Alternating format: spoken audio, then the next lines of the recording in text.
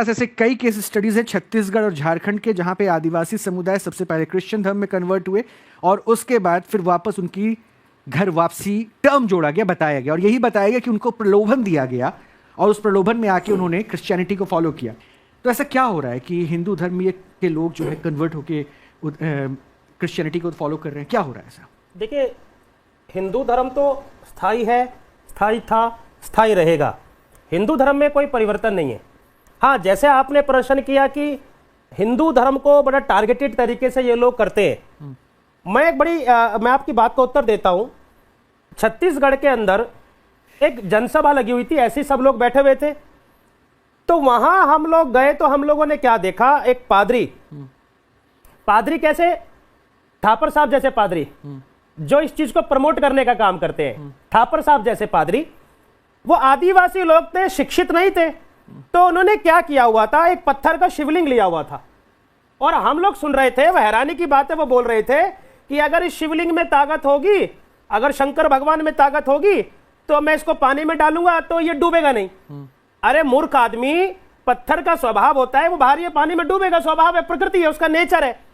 और वहां पर आम जनमानस को प्रलोभित कर कर, अब वो अनपढ़ थे, उन्होंने कहा हाँ भाई ठीक है, वो उसकी बातों में आने लगे। तो हमारा वहीं पर एक हमारे संत थे, वो बीच में चले गए और उसके पादरी के गले में एक लकड़ी का क्रॉस था। उन्होंने कहा जरा आप ये दिखाएंगे क्या? उस पहले तो उसने नहीं दिया, लेकिन उसने जब लोगों ने विरोध किया, भाई आप भी बताइए, आप भी दीजिए, तो लकड़ी का क्रॉस दिया।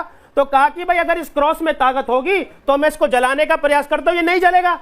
भाई लकड़ी का स्वभाव है, जलेगा ही जलेगा। और तो वो क्रॉस जल गया। अब भाई क्रॉस बड़े या शंकर बड़े? तो जिस प्रकार के मूर्ख बनाने का ये लोग काम करते हैं। अब एक बात बताइए, हैरानी की बात है, दिल्ली में पटेल नगर के अंदर जगह जगह पर जो होते थे, क्या कहते हैं हम इन लोगों को, धर्मशाला में इनकी चंगाई सभा चलती है, प्रार्थना सभा। एक प्रार्थना सभा में हम गए, ऐसे नौजवान बालक थे हिंदू, किसी ने गिटार ले रखा है, किसी ने कुछ ले रखा है, हालेलुया हालेलुया, और पता नहीं क्या कर रहे थे। तो मैं चला गया, मैंने भाई क्या करवा रहे? करे चंगाई प्रार्थना सभा होती है, ऐसे ऐसे होती है। तो मैंने कहा हम आपका समर्थन करते हैं, ईसा मसीह की जय जयकार होनी चाहिए, लेकिन इसके बाद थोड़ी देर के लिए हनुमान चालीसा का पाठ भी करेंगे। वो पादरी बिदक गया भैया, क्योंकि वो चाहता ही नहीं था हनुमान चालीसा हो। अगर हनुमान चालीसा होगी तो वो सशक्त हो जाएगा। नहीं, अगर इतनी नीड आप समझ रहे हैं, इतना कुछ हो रहा है, तो हमारे देश में फिर ये सेंट्रल गवर्नमेंट क्यों नहीं है ऐसे मैजिक हिलिंग के नाम पर? क्योंकि ये परेशानी सिर्फ क्रिश्चियन धर्म से नहीं है। आपने देखा ना, आडंबर के खिलाफ तो आप भी लड़ाई लड़ रहे हैं हमारे साथ। बिल्कुल। थापर साहब कुछ रिएक्शन देना चाह रहे हैं, उनको दे दीजिए, फिर उस बिल पे आऊंगा। हाँ, थापर साहब कुछ कहना चाह रहे थे क्या योगी जी की बात पे? देखिए जी, योगी जी कह रहे हैं भी तो कुछ हो रहा है। इन्होंने जो कहानी सुनाई, बहुत अच्छी कहानी सुनाई, लेकिन इस कहानी में कितनी सच्चाई है मुझे नहीं मालूम।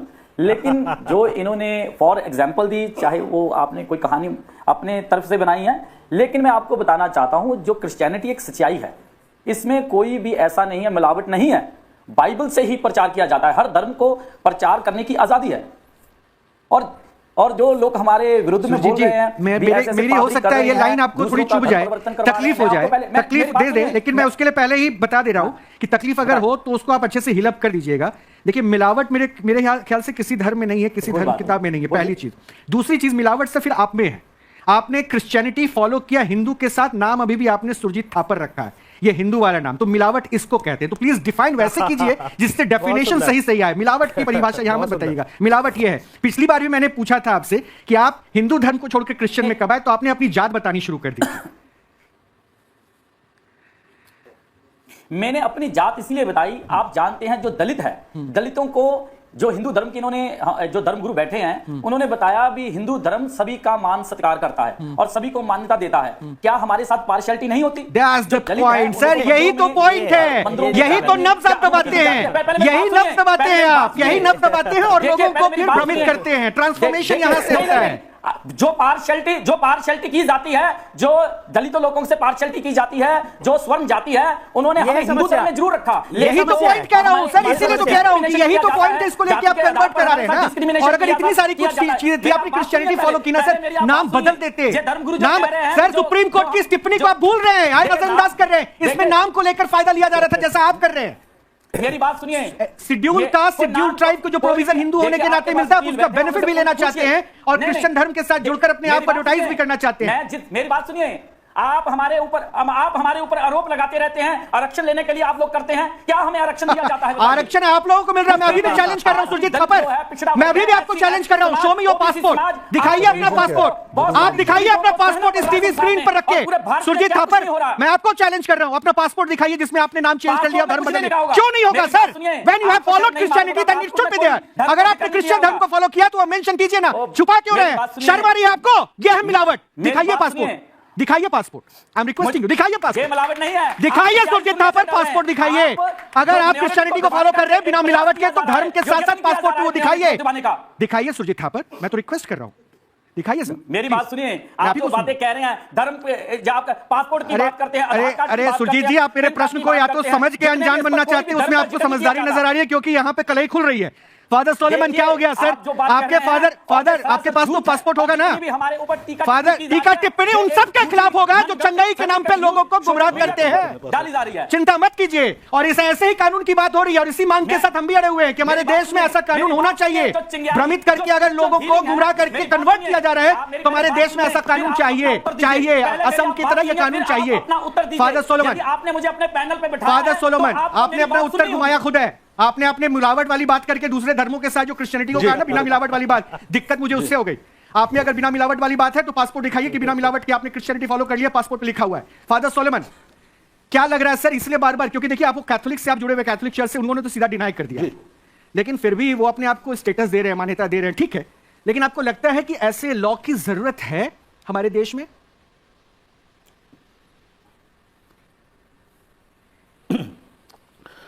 देखो ये ऐसा है कि कानून का हम स्वागत करते हैं, कानून जरूर बनना चाहिए। जहां भी लोगों के साथ धोखाधड़ी होती है, लोगों को भरमाया जाता है, और इससे भी सख्त कानून बनने चाहिए। लेकिन इसके साथ साथ मैं ये भी आपको बताना चाहता हूं कि कानून का दुरुपयोग भी नहीं होना चाहिए। हाँ, राइट, उत्तर प्रदेश मैं इसके फेवर में हूं। पिछले साल की बात है, करीब 250 लोगों को गिरफ्तार किया गया। और बिल्कुल मैं इसके फेवर में हूं, कानून बनना चाहिए और कानून उसका स्वागत करते हैं, और केंद्र में भी बनना चाहिए, राइट। लेकिन कानून का दुरुपयोग नहीं होना चाहिए, क्योंकि उत्तर प्रदेश में करीब 200 लोगों को गिरफ्तार किया गया धर्मांतरण के नाम पर। उसमें से 188 लोगों को वो बाहर आ गए क्योंकि उनके ऊपर गलत आरोप लगाया गया कि जो धर्मांतरण कर रहे हैं ये सब कर। तो ये कानून का जो है गलत प्रयोग ना हो, इसकी भी जो है जांच होनी चाहिए और सुनिश्चित करना चाहिए कि कानून का सही प्रयोग हो। नहीं, बिल्कुल, मैं फादर सोलोमन, मुझे लगता है कि हर कानून की उपयोगिता है और कानून अपना कार्य सही तरीके से करे। जिनके ऊपर ये जिम्मेदारी है, ये भी जिम्मेदारी डिफाइन होनी चाहिए। लेकिन मेरा पॉइंट यही है सर, आपको नहीं लगता है कि हीलिंग के नाम पर जो चीजें चल रही है, मैजिकल एक्ट जिसके लिए असम में गिरफ्तारी, वो चैलेंज दरअसल हर धर्म के लिए, और क्रिश्चियनिटी में जिस तरह से चंगाई सभाओं में हो रहा है उसको लेकर क्वेश्चन और ज्यादा उठता जा रहा है। बिल्कुल, मैं तो इसका समर्थन करता हूं, ऐसे कानून बने और ऐसे सभाओं को जहां पर लोगों को भरमाया जाता है उसको रोका जाना चाहिए। और पूरे भारत में इससे कानून की जरूरत है ताकि लोग जो है स्वतंत्रता के साथ अपने घर में, अपने चर्च में प्रार्थना करें, उनके साथ। फादर सोलोमन, आप ये इंडिकेट कर रहे हैं कि जो पंजाब में हो रहा है, जो सुरजीत थापर बैठे हुए हैं, ये रिप्रेजेंट कर रहे हैं प्रोफेट बजिंदर सिंह को। जिन सभाओं की तस्वीरें हमने देखी जहां हमारे रिपोर्टर्स भी गए हुए हैं, वो जो हो रहा है मैजिक हीलिंग के नाम पर, वो दरअसल मिथ है, गुमराह करने का एक जगह बन चुका है। आप ये कह रहे हैं? मैं बिल्कुल यही कह रहा हूं, अगर वहां पर अगर गुमराह किया जा रहा है, सुनिएगा, आपके लिए ये कमेंट है फादर सोलोमन का। वहां पर भी बिल्कुल होना चाहिए। अगर वहां मैं सर सुन रहा हूं जी, तो मैं तो कह रहा हूं कि जी, तो कानून तो हम स्वागत करते हैं, अगर उसमें लोगों के साथ धोखाधड़ी रुके तो ऐसे कानून बनने चाहिए हमारे देश में। मेरे प्रिय भाई और बहनों, पिछले वीडियो में मैं आप लोगों को ऑलरेडी बता चुका हूं कि हमारा जो एक क्रिश्चियनिटी है, इनको 3 तरफ का लोग टारगेट करते हैं। पहला है ये जो बेरोजगार दल है, जैसे कि बजरंग दल, आरएसएस दल और शिवसेना, ये लोग टारगेट करते हैं। कहीं ना कहीं धर्म परिवर्तन हो रहा है। हम लोग हमारे चर्च में प्रार्थना कर रहे हैं, घर के अंदर प्रार्थना करते हैं, हम जहीं भी प्रार्थना करें, इन लोगों का प्रॉब्लम है कि तुम धर्म परिवर्तन कर रहे हो। इनका टारगेट हमारे ऊपर रहता है। और दूसरा जो है सोशल मीडिया और फिर मीडिया, दोनों टारगेट करते हैं। मीडिया घुस जाता है ज़बरदस्ती जहाँ प्रार्थना सभा होता है, उल्टी सीधी सवाल पूछ रहा है कि यहाँ क्या चल रहा है, या चंगाई के नाम पर धर्म परिवर्तन हो रहा है।